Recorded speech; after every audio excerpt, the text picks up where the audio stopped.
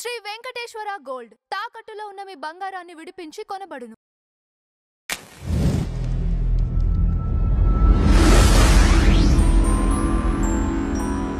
అయితే నిన్న ధర్మం మహేష్ కొన్ని కామెంట్స్ చేశాడు శేఖర్ గారు. నేను ఈ మల్టిపుల్ ఎఫ్ఐఆర్స్ గురించే కాకుండా నేను తను సహజీవనం చేశాము, అబార్షన్ కూడా చేయించుకుంది తను, నేను వద్దు అన్నా కూడా దానికే కదా ఈ మెసేజ్. పెళ్లికి ముందు ప్రెగ్నెంట్ అన్నావు, నేను అవ్వలేదు, అబార్షన్ చేయించుకున్నాను అని కొన్ని వ్యాఖ్యలు చేశాడు. ఆ తర్వాత నేను మ్యారేజ్ చేసుకున్నాను. ఇప్పుడు ఒకటి దట్ ఈస్ ఇమ్మెటీరియల్, అది వాళ్ళిద్దరు రిలేషనే కదా, ఆయన వల్లే కదా. దానికి ఆ కామెంట్స్ చేయాల్సిన అవసరం లేదు కదా అనేది నా క్వశ్చన్. దేనికి? సహజీవనం అంటే ఇద్దరు కలిసి ఉన్నదే కదా. అవును, అతను కూడా ఇప్పుడు ఈవిడ పెళ్లికి ముందు సహజీవనం అనేది తప్పు చేసింది అనే కాంటెస్ట్ లో అతను మాట్లాడితే అతను తప్పు చేసింది అనేమి అతను చెప్పట్లా, బట్ జరిగిన విషయం చెప్తున్నాడు ఆయన. అంటే నేను పెళ్లి చేసుకొని ఉద్ధరించాను అన్న ఒక కాంటెస్ట్ లో మాట్లాడాడు కదా. ఏది ఈ సహజీవనం అబార్షన్ అంతా తర్వాత కూడా నేను తనని పెళ్లి చేసుకున్నాను అంటే తన క్యారెక్టర్ గురించి చెప్తున్నాడు. నా వల్ల ఇంత అయిన తర్వాత ఐ డింట్ బ్యాక్ ఆఫ్. మా నాన్న వాళ్ళు వేరే 300 కోట్లు కట్నం ఇస్తారన్న వాళ్ళ సంబంధం కూడా నేను చేసుకోకుండా చావు దాకా వెళ్ళి అమ్మాయిని పెళ్లి చేసుకున్నాను. That is my character. అటువంటి నేను ఇవాళ ఇట్లా ఇంట్లో ఫుడ్ దొరక్క బయటికి వెళ్ళే పరిస్థితికి రావడానికి కారణం ఈవిడ ఇన్ని రకాలుగా నన్ను పెడితే, టార్చర్ పెడితే తట్టుకోలేక ఇంకా అంటే ఏం టార్చర్ చేస్తుంది ఈవిడ తనని?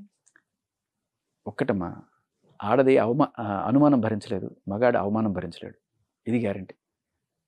ఇప్పుడు భర్త ఏదో ఏంటే అని చెప్పి ఒక మాట అన్నా కూడా తీసుకుంటుందేమో, కానీ ఏమైనా నువ్వు వాడితో తిరిగావా అంటే తట్టుకోలేదు. అలాగే మగాడు నువ్వు దాంతో తిరిగావు కదా, దీంతో తిరిగావు కదా అంటే ఆ అనుమానం ముందర పుట్టి ఆడుతుంది అని చెప్పి చాలా మంది మగాడు పెద్ద సీరియస్గా తీసుకోరు, కొంతమంది కాంప్లిమెంట్గా కూడా తీసుకుంటారు. అదేంట, మగాడు అనుమానించినా తట్టుకుంటాడు కానీ అవమానిస్తే తట్టుకోడు. రెస్పెక్ట్ పోతే మాత్రం విరిగిపోద్ది ఒక్కసారి. సో ఈయన చాలా రకాలుగా అవమానించి ఆయన ఫోటో తగలబెట్టి ఇంకా ఆయన ముందే వేరే వాళ్ళతో చాట్ చేసి అని చెప్తున్నాడు ఆయన. మరి సో అవన్నీ నిజాలైతే ఖచ్చితంగా ఈవిడ చెప్పేవాడికి ఆధారాలు లేవు, ఆయన చెప్పేవాడికి ఆధారాలు లేవు, బట్ ఈవిడికి కొన్ని ఆధారాలు ఉన్నాయి. ఇద్దరు ఎవరిపైన వాళ్ళపైన అలిగేషన్స్ వేసుకొని ఏవో వాళ్ళ దగ్గర ఉన్న ఈ వీడియోస్ ప్రజెంట్ చేసుకుంటూ ఎవరికి వాళ్ళు మీడియాకి ఎక్కారు. కాదమ్మా, ఇక్కడ మీరు గమనించండి, ఈవిడ ఎవిడెన్స్ గ్యాదర్ చేసింది. అదే పనిగా బెడ్రూమ్లో కెమెరాలు పెట్టడము, కాల్ ట్రాకింగ్ చేయడము, కాల్స్ రికార్డ్ చేయడము, ఇవన్నీ ఈవిడ చేసుకుంది. ప్రీ ప్లాన్డ్గా ఇతను ఏదో ఒక రోజు నుంచి ఇతని దగ్గర నుంచి బయటపడాలి అనే ఉద్దేశం ఆవిడకు ఉంది కాబట్టి ఇది చేసింది. ఈయన దగ్గర ఏ రికార్డింగ్లు లేవు, అదే చెప్పాడు. నాకేముందండి, నాకు అలాంటి ఇదేం లేదు కాబట్టి నేను ఏ రోజు ఈవిడ రికార్డింగ్లు తీసుకోలేదు, కలిసి ఉందాం అనుకున్నాను కాబట్టి నాకు ఏమీ లేవు. నా దగ్గర ఉన్నదల్లా ఒకే ఒక రికార్డింగ్ అండి, అది కూడా నన్ను పోలీస్ స్టేషన్కి బలవంతంగా ఈడ్చుకెళ్తే ఇక్కడ ఆ సెటిల్మెంట్ మాత్రం నేను రికార్డ్ చేశాను. ఎందుకంటే అప్పటికే ఈవిడ రికార్డింగ్ల బిజినెస్ మొదలెట్టింది కాబట్టి అదొక్కటే నా దగ్గర ఉంది, ఆ దాంట్లో దొరికింది 10 కోట్లు అడగడము ఇవన్నీ కూడా అని చెప్తున్నాడు అతను. సో చాలా క్లియర్ కట్గా ఇతనికి ఆ ఇంటెన్షన్ లేదు, ఈవిడికి విడిపోవాలనే ఇంటెన్షన్ తోటి ఆర్ఎల్స్ ఏదో లేకపోతే భరణం గట్టిగా తీసుకోవాలనో లేకపోతే ఆ గిస్మత్ లాక్కోవాలనో వాట్ ఎవర్ ఆవిడ ఆ ఇంటెన్షన్ తోటి ఉంది అనేది మనకి ఆవిడ ముందుగానే రికార్డింగ్లు చేసుకోవడం అనేది ప్రూవ్ చేస్తుంది. ఈయన ఏ రోజు రికార్డింగ్లు చేసుకోలేదు. ఈయన చూపించిన ప్రూఫ్లల్లా పబ్లిక్ ప్లాట్ఫామ్ నుంచే చూపిస్తున్నాడు. అంటే ఈవిడ ఇన్స్టాగ్రామ్లో పెట్టిన పోస్టులు కావచ్చు, లేకపోతే మూర్తి గారు TV5 మూర్తి గారు ఇన్స్టాగ్రామ్లో పెట్టిన పోస్ట్ కావచ్చు, అక్కడి నుంచి చూసి తీసి పెట్టాడు. మీరు గమనించారా, మూర్తి గారి ప్రతి పోస్ట్కి ఈవిడ లైక్ ఉంటుంది. ఐ లైక్ హిమ్ అంటే ఐ లవ్ యూ హిమ్ అని కాదు అని కూడా మీరు అర్థం చేసుకోవాలి. బట్ ఆవిడ చెప్పచ్చు, ఆయన నాకు తండ్రితో సమానం, ఆయనతో నాకు అంటగట్టకండి అని. ఆవిడ చెప్తే నమ్మాలి, ధర్మ చెప్తే నమ్మద్దు. ఆవిడ మంచిది, నేను మంచిదాన్ని చెప్తే మీరు నమ్మండి. రీతు చౌదరి చెడ్డదాన్ని అంటే అదే నమ్మండి, నన్ను క్వశ్చన్ చేయకండి. నన్ను ఎవరన్నా క్వశ్చన్ చేస్తే అంటే వీళ్ళ వీడియోస్ కూడా నా దగ్గర ఉన్నాయని ఒక మాట ఉంటే చూపించండి. సరే, చూపించడం కుదరదు మీడియాలో అటువంటివి ఏమైనా ఉంటే, బట్ అది కోర్టుకి సబ్మిట్ చేసి 65B సాక్ష్యం తీసుకొని అవును నేను తీసుకున్నాను అని చెప్పి ఇప్పుడు చూపించచ్చు కదా. లేదు, పోనీ ఎవరికైనా లేడీకైనా చూపించి, ఒక లేడీ యాక్టివిస్ట్ కృష్ణకుమార్ గారు లాంటి వాళ్ళకి చూపించమనండి, చూడండి అని చెప్పి ఆవిడ ధృవీకరిస్తారు కదా. ఇప్పుడు మీ స్టాండ్ ఏంటి శేఖర్ భాష గారు దీనిలో?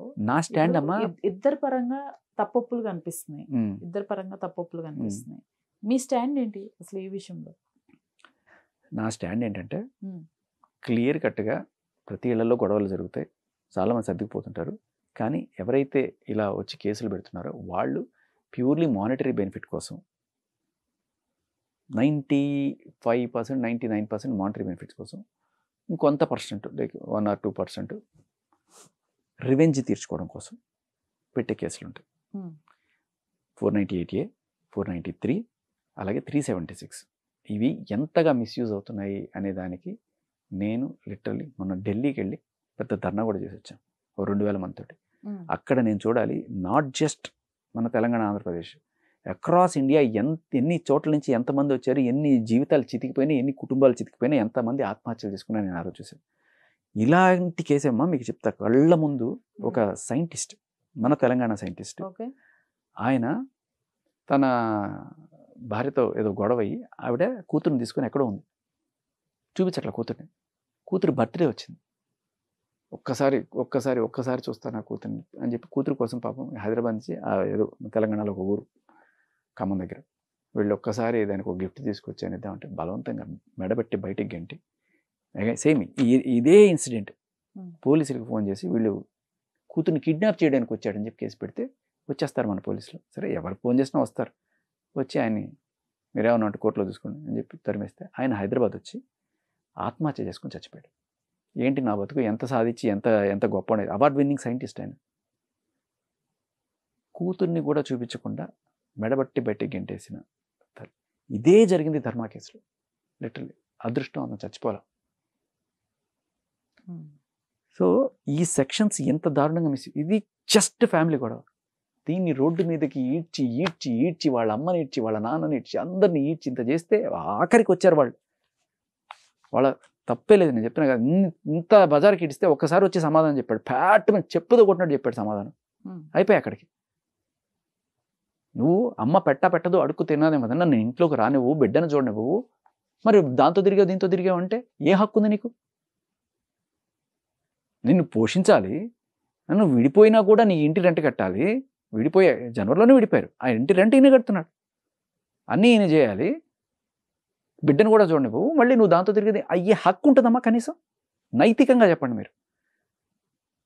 సరే వదిలేయండి. నా పాయింట్ అల్లా ఈ సెక్షన్స్ని అడ్డం పెట్టుకొని ఎక్స్టార్షన్, లిటరల్లీ డబ్బులు పొందడానికి ఉపయోగపడుతున్నాయి తప్ప ఇంకేం లేదు. దీంట్లో లాయర్లు బాగుపడతారు, పోలీసులు బాగుపడతారు, ఆ కుటుంబం చితికిపోద్ది, ఈవిడికి ఎంతో భరణం వస్తుంది.